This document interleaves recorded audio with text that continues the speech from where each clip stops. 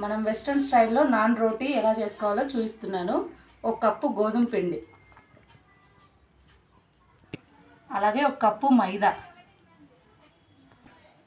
చిటికెడు baking soda, అలాగే కొంచెం వంట సోడా, అలాగే 1 స్పూన్ పంచదార, చిటికెడు ఉప్పు, అలాగే 1 టీ గ్లాస్ అంతా పెరుగు. ఇప్పుడు మొత్తాన్ని స్మూత్గా కలుపుకోవాలి. అలాగే ఇందులోకి ఎక్కువ వాటర్ కూడా పట్టవన్నమాట. కొన్ని నీళ్ళు చల్లుతూ చపాతీ ముద్దలాగా చేసుకోవాలి.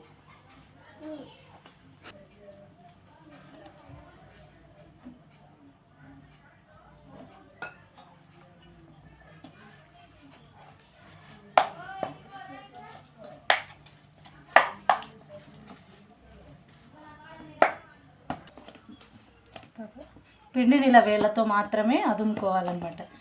ఎందుకంటే ఎక్కువ ప్రెజర్ లేకుండా స్మూత్గా కలుపుకోవాలి. అప్పుడే ఎయిర్ అంతా పోయి మనకి రోటీ చాలా బాగా వస్తుంది.